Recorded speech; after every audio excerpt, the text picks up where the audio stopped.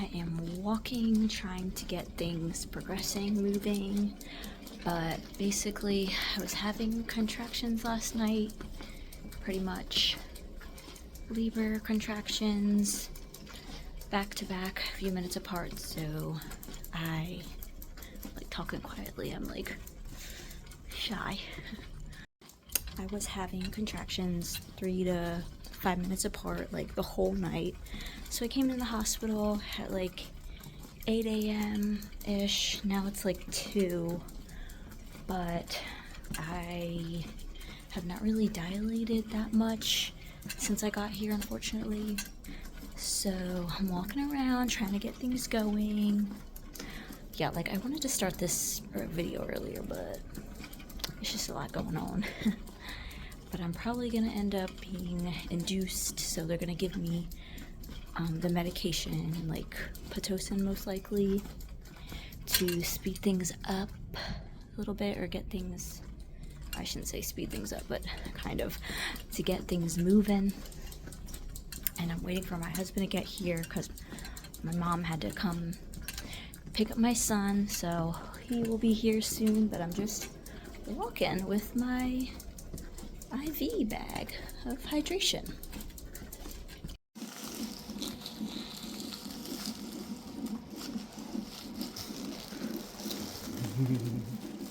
Eating something now, or I can't really eat too much anymore.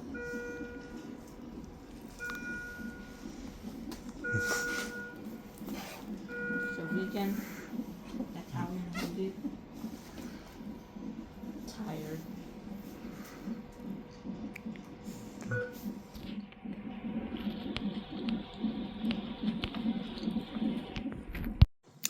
So I'm hooked up to Pitocin to, you know, get things moving along.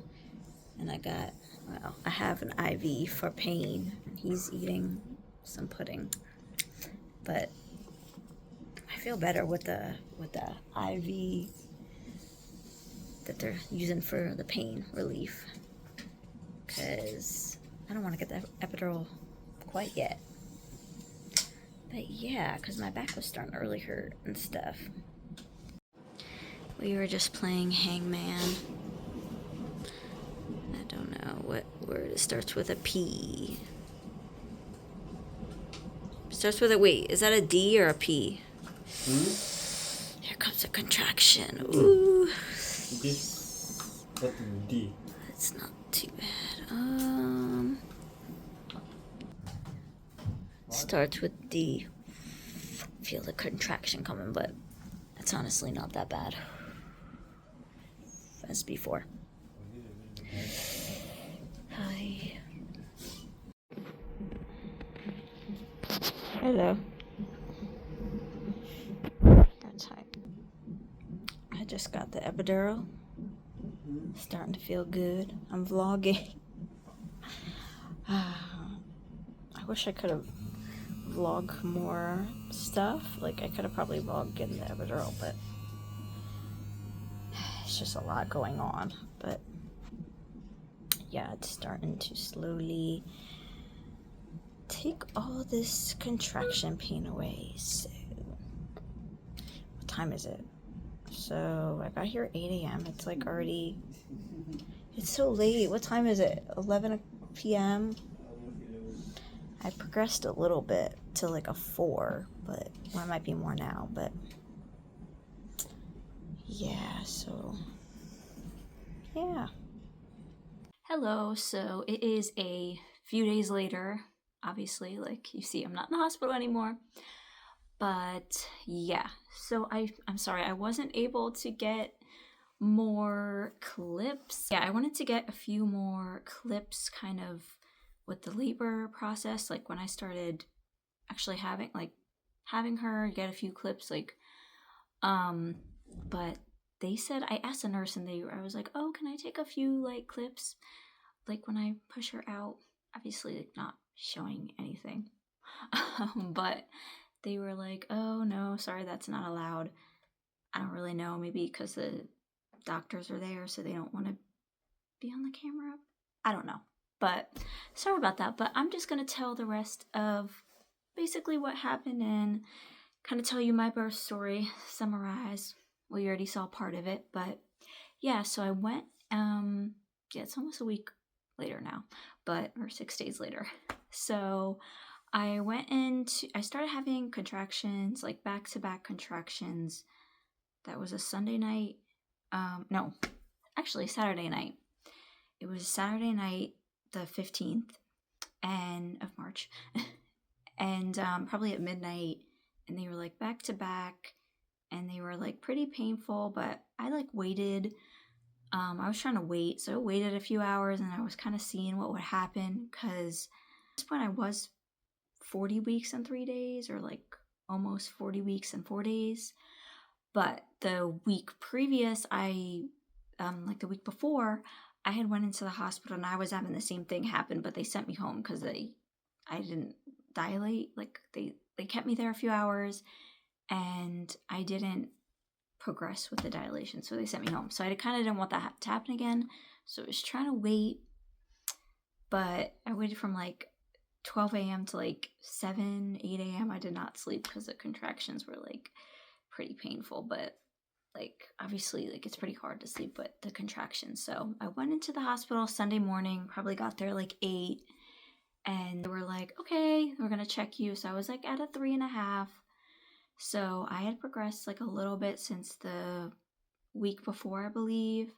I was at like a 2 the week before, and then I was at like a 3.5. So they were like, okay, we'll wait a few hours and we'll see if you get more dilated, and if not, we can do the Pitocin. So that's why you saw me. I was trying to walk around, and yeah, I didn't end up dilating anymore after that. So yeah, I had the Pitocin. As you saw, they do allow you to eat like kind of while you're in labor, but they don't really want you eating too much after the Pitocin. But every hospital has like different rules. I had my food, and then after that, I probably took the Pitocin like 5 o'clock. Gave me also, because the contractions were getting kind of worse, and it was especially like in my back. So even when it was like a break from the contractions, it was like still, my back was still hurting pretty bad. So I didn't want to take the epidural yet. So they gave me, like I said in the video, they gave me IV pain relief through the IV.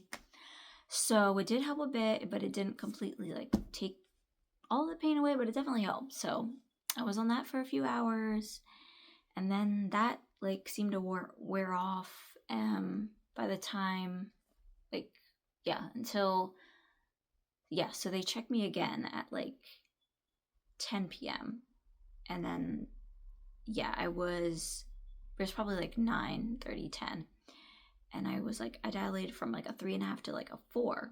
So I did progress a little bit, but then at that point I think the IV stuff had worn off, and it was really painful, and they were coming like every minute. So I said, okay, I'm gonna get the epidural. So yeah, as you saw, then I got the epidural.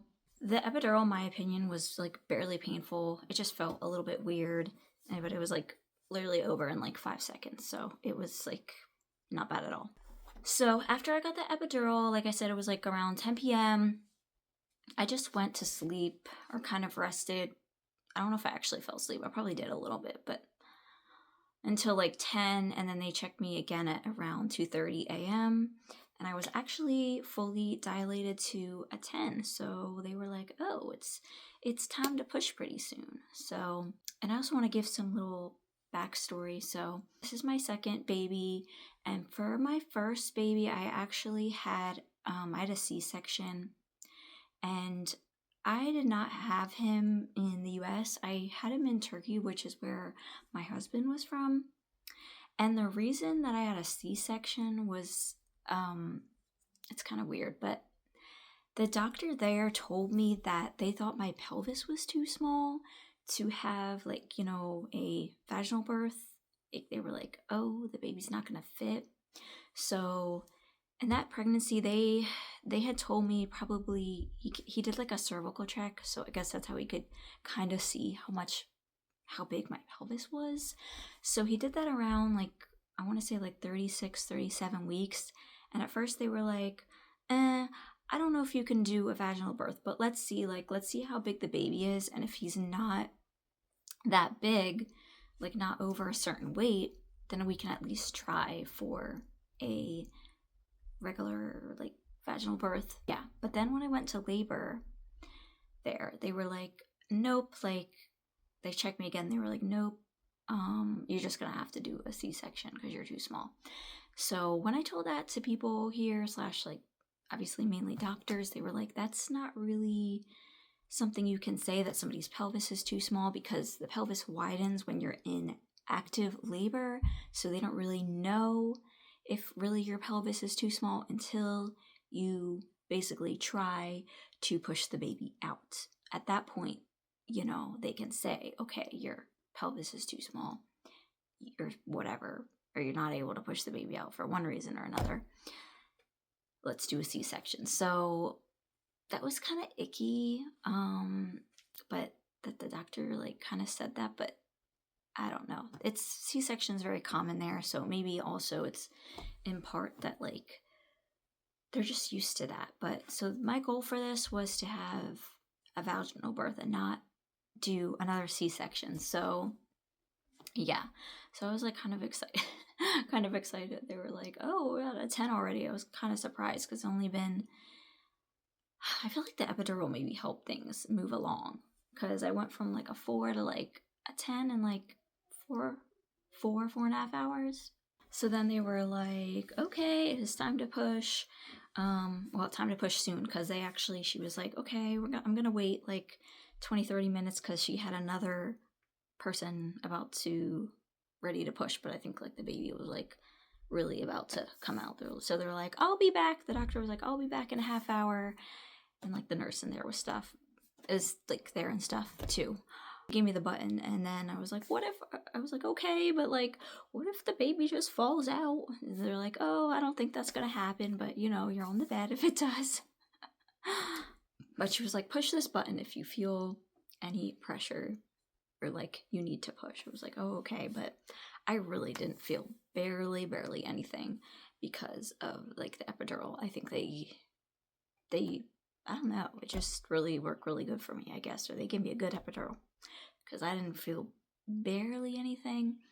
So yeah, then a half hour goes by, whatever, and they like get you ready. The nurse was like telling me like, okay, you're gonna like hold your breath for like 10 seconds, or no, what am I saying? Like you push for 10 seconds and then you hold your breath, and then you like, and you do it while you have a contraction. So yeah, and then it was time to push, and it took a little while. It took like a good almost 2 hours, probably an hour and 40 minutes. But yeah, I had her at 4:30 a.m. Yeah, I don't know what other details to give. Yeah, I mean, I was pushing for a little while, like I said, but it didn't hurt because I had the epidural. I know some people can feel a little bit, and it's still a little painful with the epidural, but for me, no. They stitched me up after that. I did get some tears and stuff, but they stitched me up and I didn't feel any of that either. But yeah, I was really happy I was able to do a vaginal birth, not a C-section again, because I was kind of really curious even too if I could do it. So I was like, I wonder if that doctor was true that my pelvis was too small, but he was obviously wrong. Okay, that is my kind of birth story. So definitely let me know in the comments. Say hi in the comments. Give this video a like, subscribe if you haven't already, and let me know if you would like, if you are a mom or whatever, can tell me how your birth went in the comments. Or yeah, just say hi. And I'm gonna have some new vlogs soon, and like newborn day in the life, newborn and toddler day in the life, stuff like that. So I'm really excited for new videos. And I mean, yeah, I'll be doing like vlogs soon, like I said, but these days, probably for the next days, I'll probably just be in the house. I'm still recovering I have to say the recovery, it's been a little harder than I thought it was going to be. Okay, I have a lot of pain down there. I had like 2nd-degree tears, but they did say it's pretty common. But I'm not going to lie, like it's been a little harder than I thought, because I was like, oh, like, but you know what? Don't let that scare you, any moms to be, because for a lot of people, I hear they have like 2nd-degree tears and they're like up and walking like the first day fine. But that wasn't me. It took me a couple days to walk comfortably, to be honest. But yeah, anyways, thank you so much for watching. And like I said, like, comment, subscribe. And yeah, I will see you very, very soon in my next video. Bye.